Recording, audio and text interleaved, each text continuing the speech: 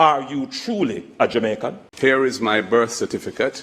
Gotcha, bitch! Welcome to Owen Allen Media. So, at a JLP rally in Spanish Town, Prime Minister Andrew Holness announced that if re-elected, his government will double the national minimum wage from 16,000 to 32,000 per 40 hour a week over the next few years. So, over the next few years, in our third term, we will double the minimum wage from $16,000, what we have carried it to now, having almost tripled it, to $32,000.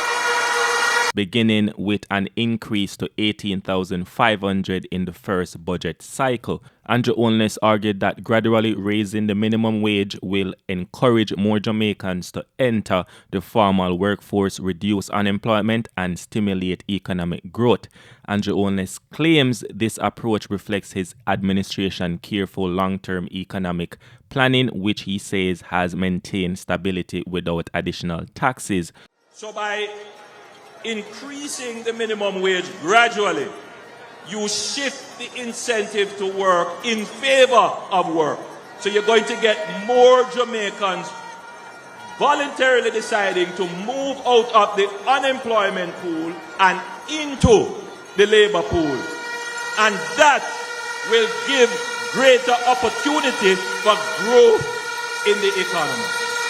Now, for me, Andrew Holness did not present a clear plan showing how raising the minimum wage would directly grow the economy. Now, while higher wages can ease financial burdens for workers in minimum wage jobs, it does not necessarily incentivize people to work because Jamaica faces deeper structural problems, right? Like lack of education and skill training. That means that Jamaicans does not qualify for the jobs paying the minimum wage, and you have youth unemployment and underemployment, and that remains high with limited access to vocational programs and other placement opportunities and stuff like that. And then you have the hustlers on the street side who feel like working or hustling, them the type of job them feel like it's more attractive to them. You get me? And then you have the small businesses and vulnerable employers, right, who are going to struggle to absorb the higher wage costs, leading to reduced hiring or layoffs. So a lot of people celebrate, higher minimum wage, but them not understand the same businesses are the same, companies or whatever the case is, those people will be laying off people or have less workers at their place. Now, the people who will benefit from, this proposed wage increase would be the low-income workers already in formal employment, such as, the security guards, hotel workers, and domestic helpers, or whatever, those type of people.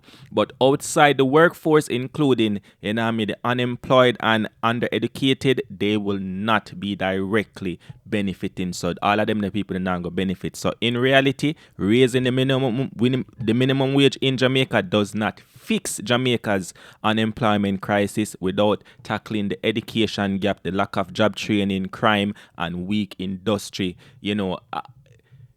Diversification, put it as that. The wage increase may help some workers, but leave the larger economic challenges still unresolved. Yes, me so. Right now, I say Mark Golden for just come out and let people know that his government will raise the minimum wage and give the people a proper plan on how they will do it, but also what they will tackle in the background in order to accomplish this, so that everything structure and it can actually work. You see me? Andrew Holness just come say, if we put it as this, then everybody are gonna want work. No, work like that. You get me? These are Jamaicans that we're dealing with. You see me? So, over the next few years, in our third term, we will double the minimum wage from $16,000, what we have carried it to now, having almost tripled it, to $32,000.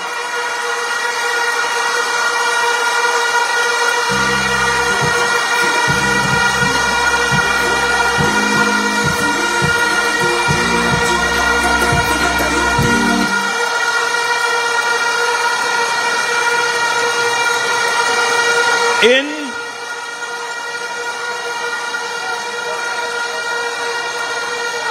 In our first budget, the minimum wage will move from 16,000 to 18,500 and then gradually after that for the next few years.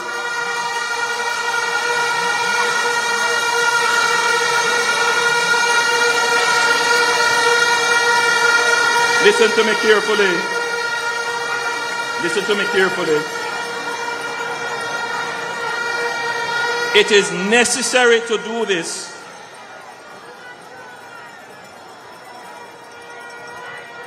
It is necessary to do this, and I want all Jamaicans to appreciate how our economy has changed. Yes, it's important for quality of life, but here's a big problem. At 3.3% unemployment, you are practically at full employment. People are not making a decision to leave what they are doing. Many of them are at home. Many of them are at the street side. Some of them are hustling. And so the incentive to work at that level is not strong enough. So by increasing the minimum wage gradually, you shift the incentive to work in favor of work.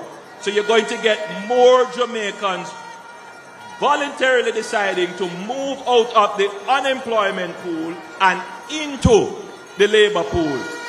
And that will give greater opportunity for growth in the economy.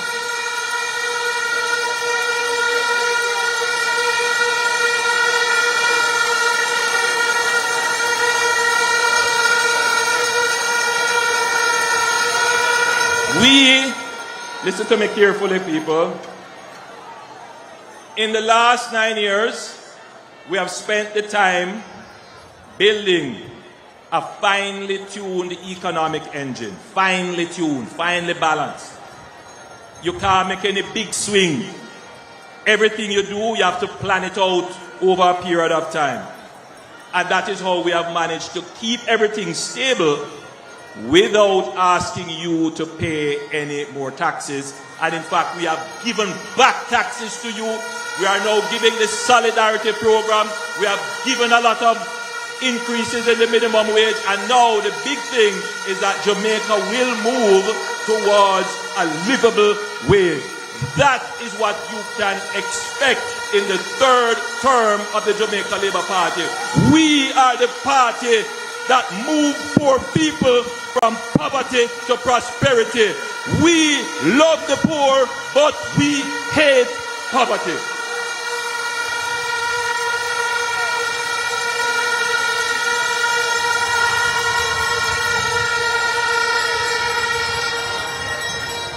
And I don't want anybody to argue this point, because listen, Barbados' minimum wage is about 33,600 Jamaican dollars.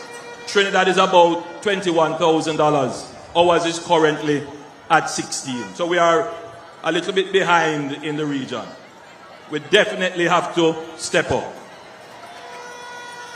But this increase, I am sure, will also increase productivity of labor overall. And the increase in productivity of labor will generate growth in the economy. And that is what we want in our economy, growth. But we want the growth to be fair. We want the base of the society to benefit from the economic growth. We are, if you notice our policy is not focused on a small group of people, which is what the 3.5 does. 120,000 versus 1.4 million people. No. We do not believe in transferring wealth from the poor to the rich. All right, so that's the video. Owen Allen Media. We keep you informed.